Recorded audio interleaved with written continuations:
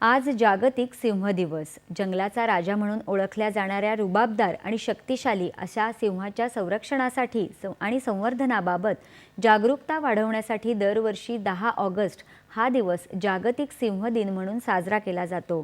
सिंहांच्या नैसर्गिक अधिवासाचं संरक्षण व्हावं आणि नैसर्गिक साखळीतलं वन्यजीवांचं महत्त्व अधोरेखित करण्यासाठी केंद्र सरकारनं विविध उपक्रम हाती घेतले आहेत।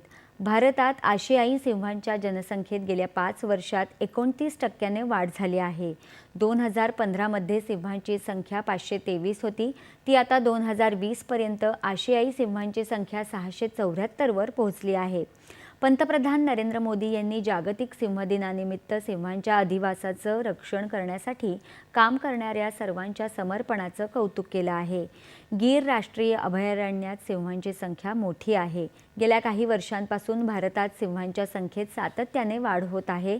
ही समाधानकारक बाब आहे, असं पंतप्रधानांनी आपल्या संदेशात म्हटलं आहे।